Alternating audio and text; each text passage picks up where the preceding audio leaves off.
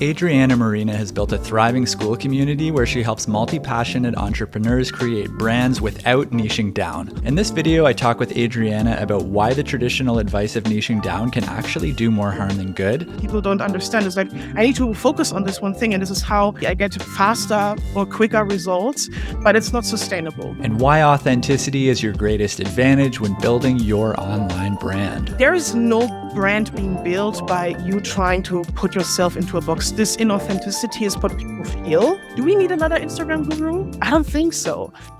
Adriana, super cool to meet you today. I'm excited to talk to you. Thanks for having me. So you have a community that seems to be growing really super fast, and it looks like you're focused on something really unusual from what I'm seeing, and that's helping people create a brand that's not focused on niching down. Like, what is that all about?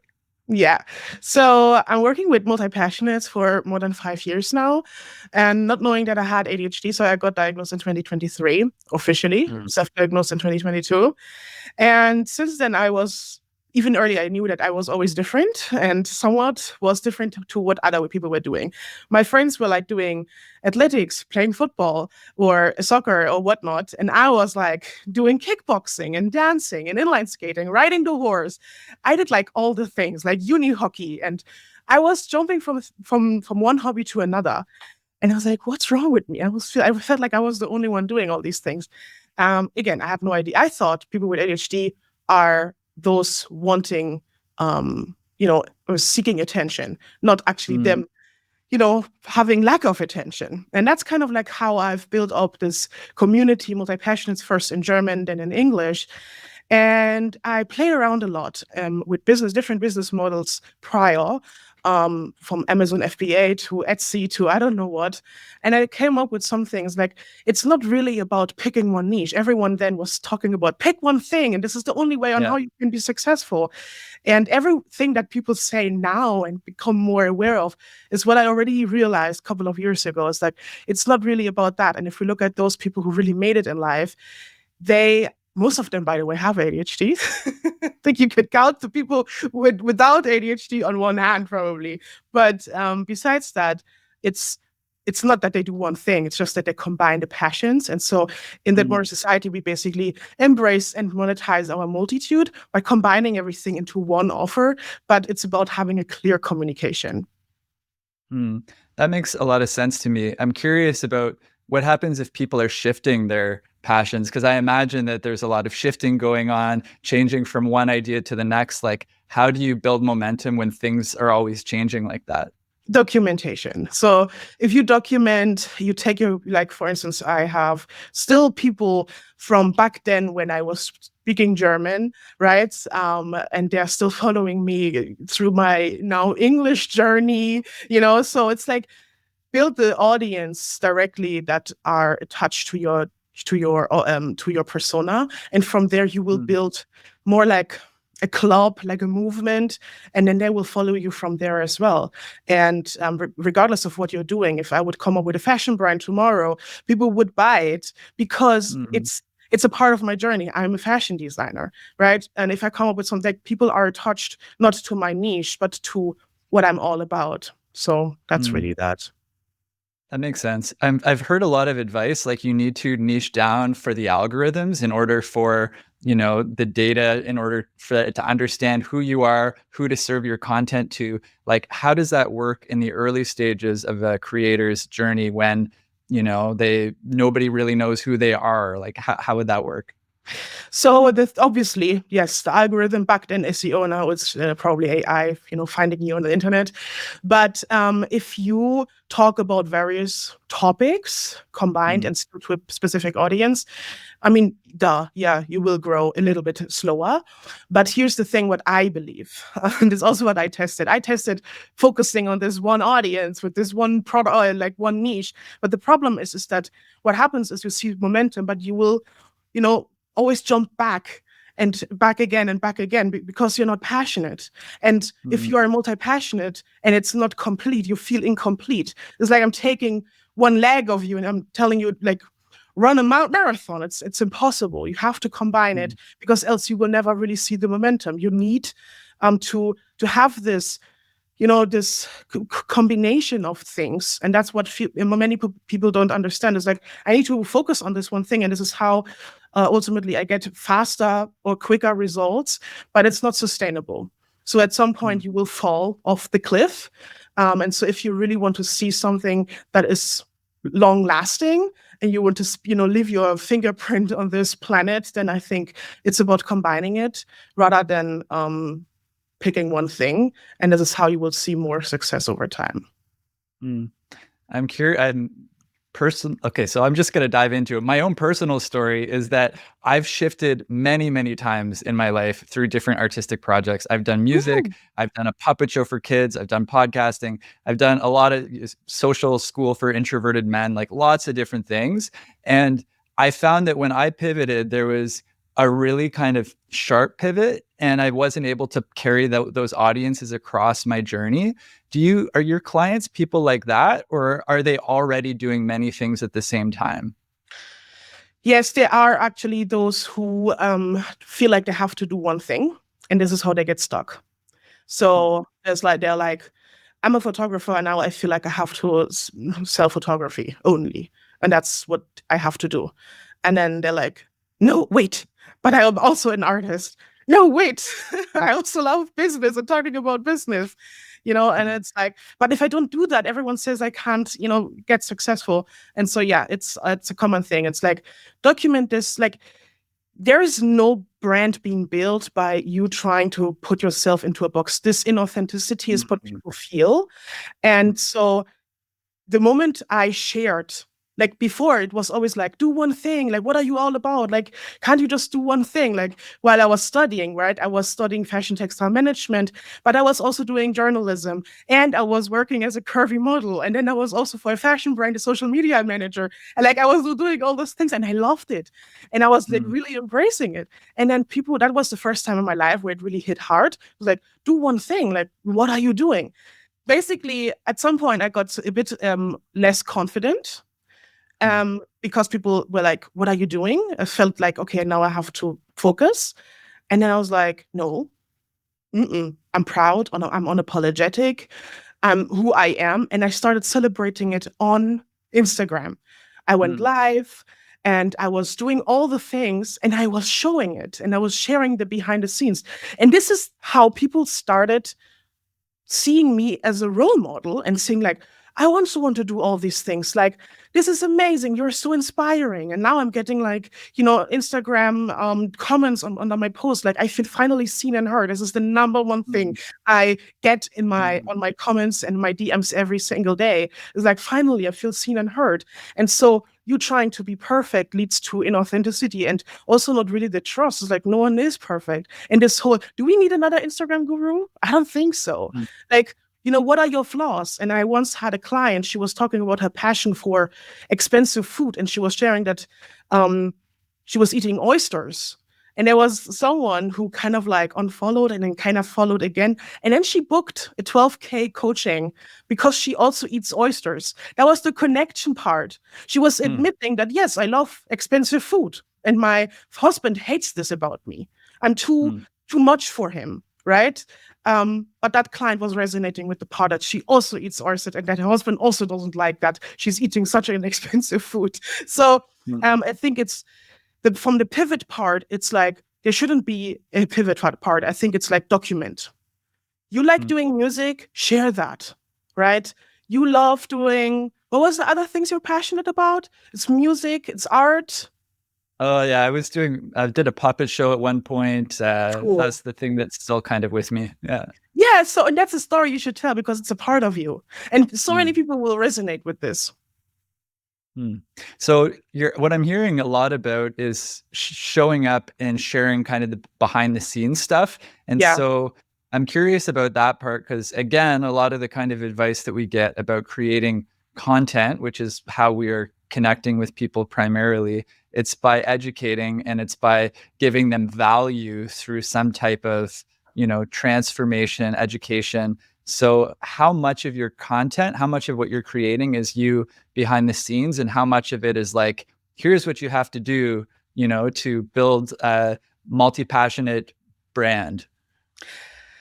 I think it's before it was more educative, and now it's Mm, more and more of a documentation, and that's what clicks more. So, for instance, even my community now, I always have an issue with boundaries because I have ADHD. I'm a people pleaser, or ex mm, people pleaser at least, or still like I just recently had this issue again of people pleasing. I give, and people take. So I train them. So I was like, boundaries. I need to set up boundaries. So I came up with an entire Notion operational system only for how you call it, for setting boundaries, right? mm, And I came up with ChatGPT prompts, and I walked through this myself, and I was like, I need to record this, and I set up a Loom, and I walked my people through this, and it became an entire online course. So that's how I mm, create content in my community. I create something for myself, or for instance, I'm going through a rebirth era this year. I'm going on a treadmill. I'm waking up at 4 a.m. now. I'm doing meal prepping. mm, I'm laying out my clothes every morning now, and I'm literally documenting. I'm putting out photos, the links to the meal boxes, everything is in that community, and they're growing with me, and they love mm, that. And so that's also what I do on Instagram. So now I came up with an Instagram series which is called a Multipassionaire, so kind of like mm, millionaire multipassionaire, sharing how I'm growing my community to 1,000 members by the end of this year. So yeah, mm, let's see how we reach that goal. So, but yeah, it's more documentation, and in that documentation, I share the lessons. So, for instance, my Facebook ad account got blocked or deactivated. I shared that this is something that is not unusual, but I shared mm, my fear and what popped up in my thoughts and all these things. And then I also shared, like, don't rely just on Facebook ads, which I did since the beginning of this year. So it wasn't mm, really so active on organic content, but it's like really the balance. And that's kind of like my story and my learning for myself, sharing with them. So yeah, mm. I always try There's a to. couple there's a couple different threads that I'm hearing here that I'm kind of torn of which one to pull. One of them, I'm curious about your growth and how you're exploring that, how you're building your community. And the other thread that I'm thinking of when I'm hearing this is about the authenticity piece. And maybe let's just talk a bit more about the authenticity thing, because I know that this is something that everybody's talking about on the internet. And it's like, we got to be authentic. That's what people resonate with. But for some reason, it's still really hard to do. Like, is this something that you think takes practice, or are people natural at it? Like, how does that work? I think it's all about confidence.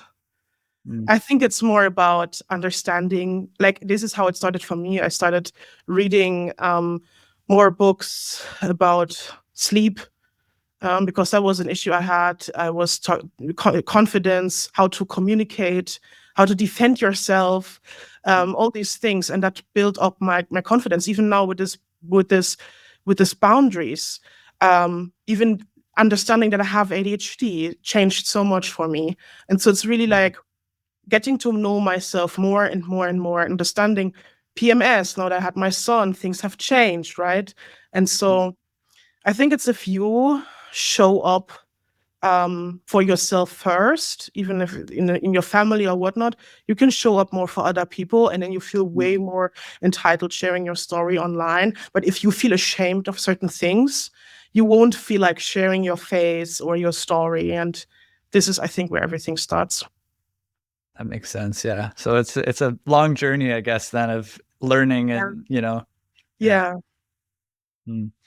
Okay. Well, I'm curious then, let's shift and talk about the model that you have for your community. Because when I Mhm. looked at it, the first thing that I saw was like, this person's doing it in the right way. They have 300 plus members at a $7 a month price point, which I'm like, this reminds me of Evelyn Weiss when she did her community. Um, I imagine the temptation to raise the price must be really high. Why do you keep it at $7 right now? So I don't even know where to start from there, but like at the beginning of this year, I launched this community for the 10th time because I'm on school now for over 1.5 years. And since then, I Mm, started them for free. And I got like 100 members with each of them almost. And like, oh, there's no wow. engagement. Like every time I was playing with ads, I get to know the ads. I was investing and playing and with organic content. I was really testing things out. And when I always hit between 100 members and 150 members, people were leaving and I was not understanding. I was like, why would you leave a free community with value and like something that is so like, I wish this would have been there when I started. I did not understand that part. And so by the end of last year, I was like, I need to make this work. This is my dream. I need this community to work. And so I started again. And this time I made it paid $27 and $270 a year. And I started with workshops. And it worked well. And I had a lot of them, I think over 50%, subscribing to the yearly version because I had kind of like price plans. So I said the people in the lower tier will get this, and the people in the yearly tier would get that. And that was amazing. And I got up to 19 members, I believe. But then I was like, why is no one active? They're paying for it. So I had the same issue again. And then I was like, I think it's a numbers game. Okay, it's a numbers game. I need more eyeballs on my about page and I need more people in my community. And by the way, my first community, I launched it in 2017. So since then, I'm trying different things and also paused that project. But I was like, it needs to be a numbers game. And so I turned the community free. From paid to free. Right. That was crazy scary. Yeah, and I told my members very openly. And they were very understanding because I showed my very vulnerable side of why I'm doing this. And then with 300 members, I turned it paid. Yeah, into $7. And soon they will roll out subscription tiers. We will then have a second tier. But now we have momentum going. We have member of the month. We have it's cool. It becomes more a thing. But if we're growing even further, there will be even more of the movement that I'm looking for. So yeah, I think people are giving up too fast, as I did.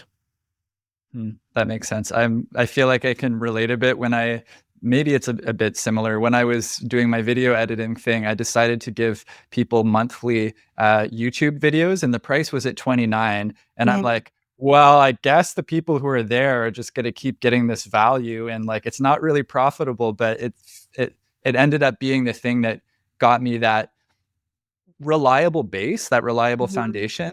Are your members who are in it at that earlier price, are they still paying that price? Did you switch them to free and reinvite them? No, they're just there. And I told them that everything I will do that was paid future-wise, they would get it for free. Right. Yeah. Cool. Is there anything that you're like super excited about in terms of your community right now that you're building? Like what's next on the horizon for you? Yes, I'm so excited. So I'm currently working on a magazine, like an actual website. I paused that project. I started it last year, and then I paused it. So it's kind of like targeting multi-passionates, and it should become more of a resource hub. And of course, having the second tier for the community, that those who kind of like want to combine and monetize it. So this is where I would share my process on how I created my one-on-one coaching back then, because you can, create high ticket clients without doing much. Back then I had like 50 Instagram story views, and I launched or relaunched my one-on-one program, and I made 30K in just 2 weeks just by changing my messaging. And I did not announce it anywhere else, just in my Instagram story and through the storytelling. So I definitely want to share this part with them. And I'm a fashion designer, so I have some ideas from my ADHD folks that I would like to dive deeper on. So yeah, maybe something in that direction. Yeah. I'm also wondering, so for people who are listening to this and maybe they have ADHD, or maybe they just are interested in a lot of different things and they keep hearing this advice about niching down, do you have any advice for them about how they could start that, figuring that out? Yeah, I think it's finding the person you want to work with. So for me, when I was 14, I knew I wanted to be a fashion designer. Because I was inspired by my mom. She's like workaholic and she's like hustling hard. And she raised me alone because she had to. And she was making it able for her to, or for me to be on a private fashion school later. And that was making me so proud. That it was crazy. Like, I was like, this is inspiring. And even before I went to fashion school, she was so inspiring to me. And this started the whole woman being ambitious and passionate and serving them. was always something that I was interested in. And so when I graduated from fashion school, I knew I wanted to serve them, but I always was trying to find what kind of women, because like women what, like, you know. So I kind of felt like, obviously your client persona is most of the time is within you. So I think if it's too far from who you are, I think it's also not authentic. You have to also speak their language. And I knew I want to talk to people like me. So now I have like psychologists, interior designer, architects, people having their doctor titles, MBA, I don't know what. They're all in my community being passionate about this, right? Lawyers and whatnot, doing now art. It's amazing. It's beautiful. And that's exactly what I want. I want exactly this particular woman to like supporting this particular woman. So I think it's finding the person you want to work with and then serving holistically. Yeah, I feel that. One of the first advice I would give to anybody who's trying to start down this journey of being a community owner or even an entrepreneur is to find a good mentor, because it can make all the difference. Yes, for sure. A good mentor is gold. Absolute gold. I also had an accountability partner back then, and that was also giving me a lot of focus, and having a coach is really important. Yeah, I don't think you can do it alone, to be honest. Cool. I feel like asking you one more question, and I'll probably cut this part out because I'm actually not sure what the question is that I want to ask you, but I feel like I want to ask you one more question before we go. Do you have anything that you're really, I don't know, that you want to share that you feel like isn't being shared enough on school, like people who are community builders, and you just want to let them know something? Oh, that's an interesting question.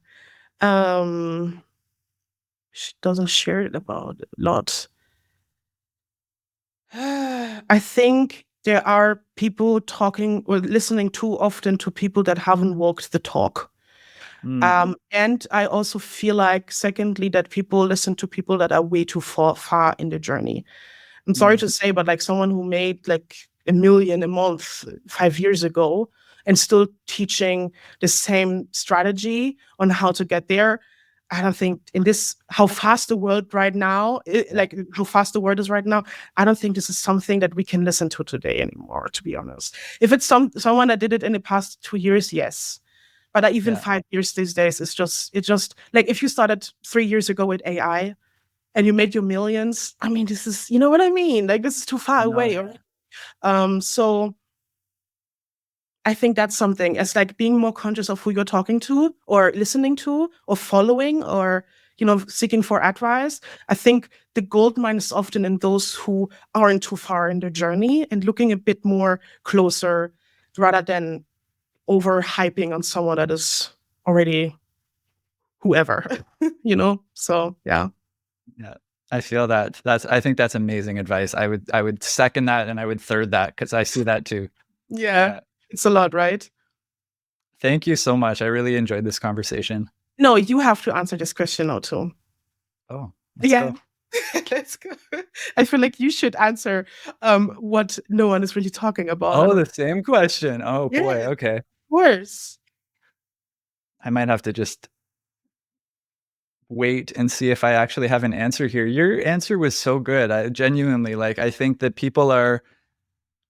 we look to the people who are making the most money because that's where we think that we want to be.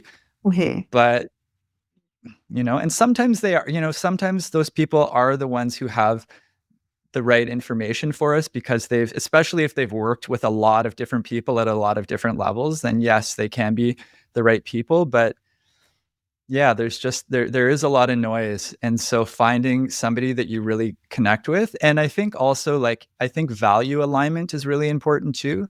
It's not just about whether they've succeeded at building something that you want to build. I think it's also have they succeeded at building it in the way that you want to build it? That's extremely important. Absolutely. Absolutely. That's so beautiful. I love that you said that, because that's also what I noticed often, that I would be interested or being like, wow, this person did that or that. But the way the person did it or the actual business model is something I find it, and also nothing that I want to have. Sometimes I see this podcast about people I don't know, shipping out products from the house and like having everything stocked. And it's like, wow, this is so amazing, nice story. But like, do I want this? Like, do I really want this kind of business? Or is it just inspiring? Right? I love that. Yeah. Agree. Cool. I'm hoping that we'll continue this conversation. It's been awesome. Thank you so much. It was fun.